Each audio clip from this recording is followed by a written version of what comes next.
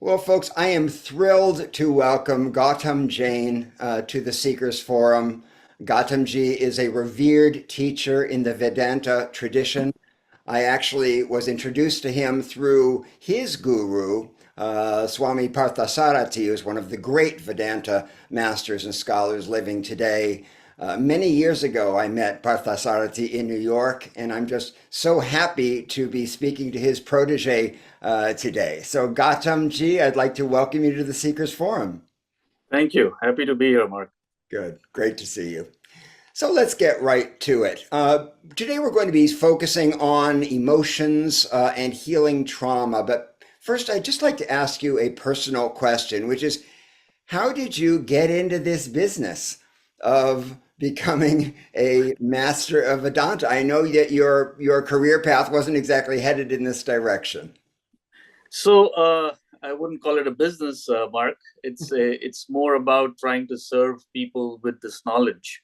But this was over 30 years ago when I was a senior in college here in the US. I came to study here from India as a 17-year-old. And like you said, I studied business. But my senior year in college, when I was getting all these job offers from many companies, I just thought there's more to life than just to work for oneself, and to acquire and enjoy just for oneself and one's family. So I strongly felt at that point that there has to be more to life.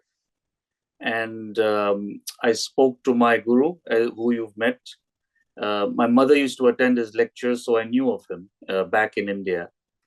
And that's how it started. So as soon as I completed my graduation, I went back to study at his academy for 10 years full time. I was there, which is a school he founded and runs called the Vedanta Academy. And then after 10 years, he got a little tired of me and said, why don't you go back to the US and teach? We don't have anybody there. So I've been here for the last 20 years or so. Hmm. So, for people who aren't familiar with Vedanta, can Mhm. you give us just a brief kind of overview of some of the central principles and particularly how it can help us in our lives as modern people in the West today? Yeah, so Vedanta is actually a combination of two Sanskrit words. Veda means knowledge or wisdom, and Anta means end, the culmination. So the word Vedanta actually means the end of knowledge, the culmination of wisdom. So it talks about the highest knowledge known to a human being. And why it's the highest is it provides you the technique of how to live in the world, be peaceful and productive in what you do, and ultimately move to the highest state a human can reach, which is enlightenment, self realization. So it completes the whole picture of life, whether it's your material, emotional, or spiritual requirements, which is why it's called the highest knowledge.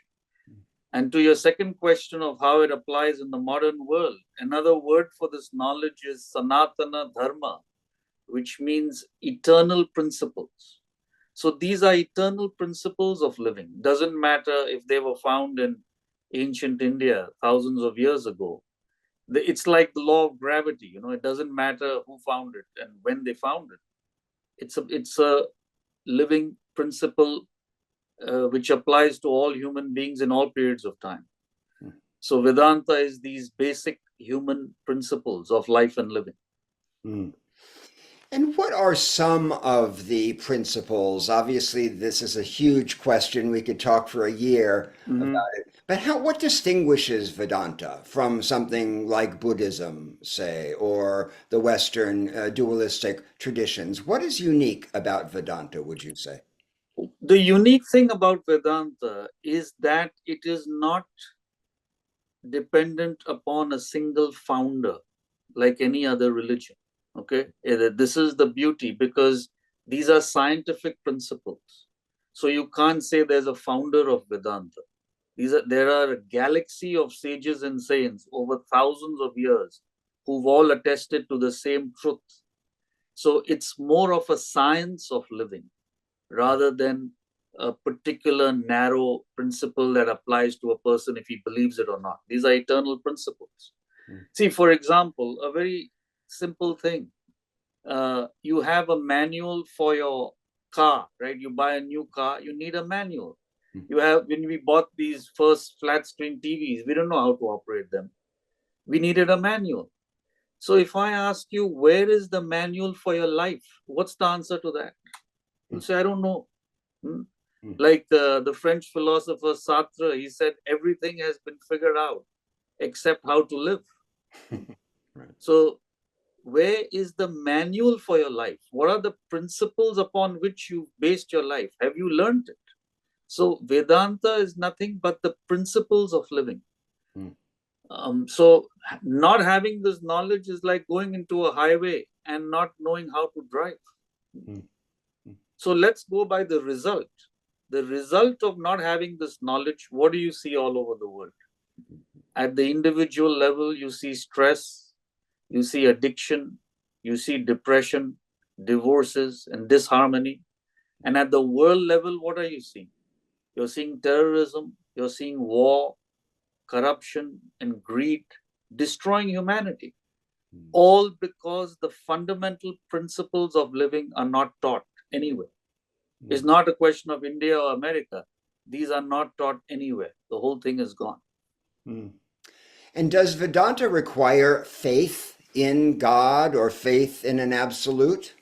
Vedanta does not require faith. Vedanta requires intellect. It requires you to have the capacity to think for yourself, analyze, question. And Vedanta functions like science. You don't just believe in science. You understand the theory, and then you go to the lab, you see it working, right? So the lab is your life. You understand these principles, you see them working, and that's how you proceed.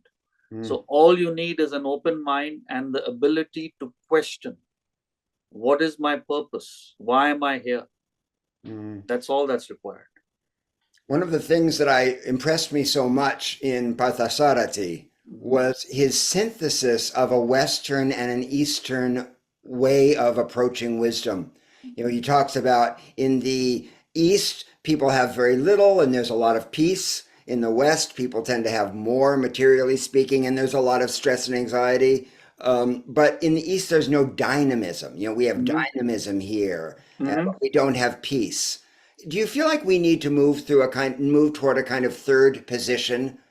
Yes, of course. See, what happens is you find a person peaceful. Almost as a rule, they are not dynamic, productive, prosperous. And where you find prosperity and dynamism and action and movement, completely stressed out. Why is that? So again, it is because the mind has not been taught how to control. You've not been taught how to keep your emotions under control. This is the central theme. And that's how you combine the two. You can be peaceful and productive and dynamic only if you know how to control your mind. So this essential aspect is not known anywhere. See, what I mean, Mark, is you want to have a drink. Nothing wrong with that. People often ask me, is it okay to drink in Vedanta? I said, Vedanta doesn't restrict anything. But when you lose control, that's when you become an alcoholic, right? So drinking is not a problem, but loss of control is. Earning money is not a problem. The desire to earn money is fine, but you lose control. It becomes greed. That's a problem. So the whole problem boils down to this. So Vedanta builds what is called as an intellect. Your intellect is the capacity to control your mind. And that's what it focuses on. So some people, when they hear mind control, they think repression. They think denial. They think I'm going to use my left brain, my executive function, to suppress my emotions. But that's not what you're talking about. Not at all. Not at all. See, suppression is when you try and control the mind without thinking. But when you have the thinking and understand why you're doing it, it's not suppression, it's true control. See, for example, a tennis player wants to excel in his field. Now, he has to deny himself. His friends call him for a party. He says, no, I can't go out tonight. I have to sleep early because I have a match tomorrow. He can't eat what he wants. He can't sleep when he wants. Will you call this denial? It's not denial. He has to practice that if he wants to achieve his goal of becoming a great tennis player. So his intellect understands that higher purpose. And then it becomes a pleasure to practice self-control. So self-control is not self-denial. Do you make a distinction between intellect and intelligence, or are those synonymous in the Vedanta view? It's totally different. Intelligence is what you get in the universities. I have nothing against it. But intelligence is just information on one or more subjects. So you go to university, what happens? You go to law school, you get a lot of information on law. What do you do with that? You sell that information to people who don't know law. And this is how you make a living. This is intelligence. But intellect is completely different. It's the power to control your mind. So that same lawyer, he could be a brilliant lawyer, but he has no control over alcohol. He gets angry very easy. He has greed and he does all sorts of wrong things in his field. So many times you see cases like that, right? Today there was a big case internationally where a firm is supposed to pay hundreds of millions of dollars in fines because they indulged in bribery and corruption. And these are all run by top intelligent people. But intellect is the capacity to control your mind. They're two different things. So intelligence you get in your schools and universities. Intellect you have to build on your own. And Vedanta is the science of building the intellect. You control your mind, you control your life. That's it. And can you give me an example of how Vedanta instructs one to control her or his mind? How do we do that? No. See, the intellect is like how you build a muscle, right? When you build a muscle, you have to practice it. You have to go to the gym and repeat the exercises. So how you build the intellect is by study and reflection over these higher values of life. That's the whole Vedantic body of knowledge. As you study and reflect over it, your intellect grows in strength. The stronger it is, the easier it is to control your mind. I see. Now let's turn to anxiety and trauma and stress. This has been called the age of anxiety, and I would add the word trauma to that as well. Trauma has become such a watchword, such a byword for people. How does how can Vedanta be helpful in working with fear and anxiety and trauma, would you say? See, first of all, when you said today's world, there's no such thing as outside world in terms of when you say trauma or anxiety. Don't blame the world. It is how you relate to the world that causes it. So that's the first principle one learns as a philosopher. So suppose I want to ask you, what's giving you trauma? What's causing you anxiety? What gives you stress? What's everybody's answer going to be? Oh, everything's beautiful, but that husband of mine, my God, he stresses me out. Or my boss gives me anxiety. The weather. Last week it's been cold. You're here in New York, right, Mark? Yes. Yeah. So it's been cold here last week. All of us, and I hear people complain. Now, so the weather is wrong, the traffic is bad, your boss is bad, your husband is terrible, your children are, but I'm okay. That's what everybody believes. I'm fine. The first principle, if you want to learn anything on how to deal with your life, is it is not the world. It's how you relate to it. A simple example. One person takes a cigarette and he says it gives him pleasure. Another person can't stand that cigarette. How can it be the cigarette? If the cigarette had pleasure in it, everybody should get it. If the cigarette had sorrow in it, everybody. No. One person wants to divorce his wife. another person is waiting equally desperately to marry that same woman. Now explain that to me. So first guy says, she's the cause of all my sorrow. Second guy says, she's the cause of my happiness. It can't be the person, right? It's how your mind is relating to it. So stress or trauma or anxiety is caused by your mind's reaction, not the world. So if you can control your mind, you're able to keep that anxiety. These are emotions. See, the mind is nothing but emotions, desires, likes and dislikes. The intellect is your capacity to think. And when that is strong, the emotions can be kept under control. That's how you grow as a human being. So let me just push back on that a little bit. What about when there are actual destructive forces in your midst? How, for example, a lot of people are feeling threatened politically at the moment for all the reasons that we know. So there are real factors that are problematic and traumatizing outside of oneself. See, yeah, go ahead. Yeah, so what would you recommend we do to neutralize or diffuse or balance out very real threatening factors that are in the world around us? First, we need to understand the world is not designed to cater to the whims and fancies of a particular person or set of people. The world will be what it is. You like summer, there will be winter, right? You like the roads to be clear, there will be traffic. You want a particular political party to be in power. If the more people want the other, they go in power. There are dictatorships everywhere in the world. It's the same problem. This is the world. When was there a point when the world was not challenging? So you have to learn what you can do about it.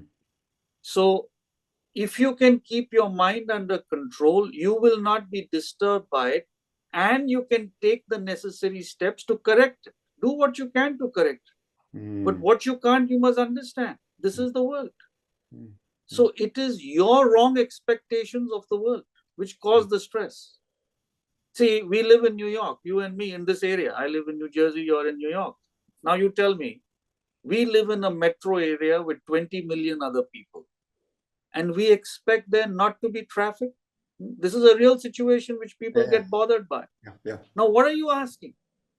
You are asking, when you're on the road, all the other 20 million guys should stay at home. Now, whose fault is that? You tell me. Right? It's a wrong expectation.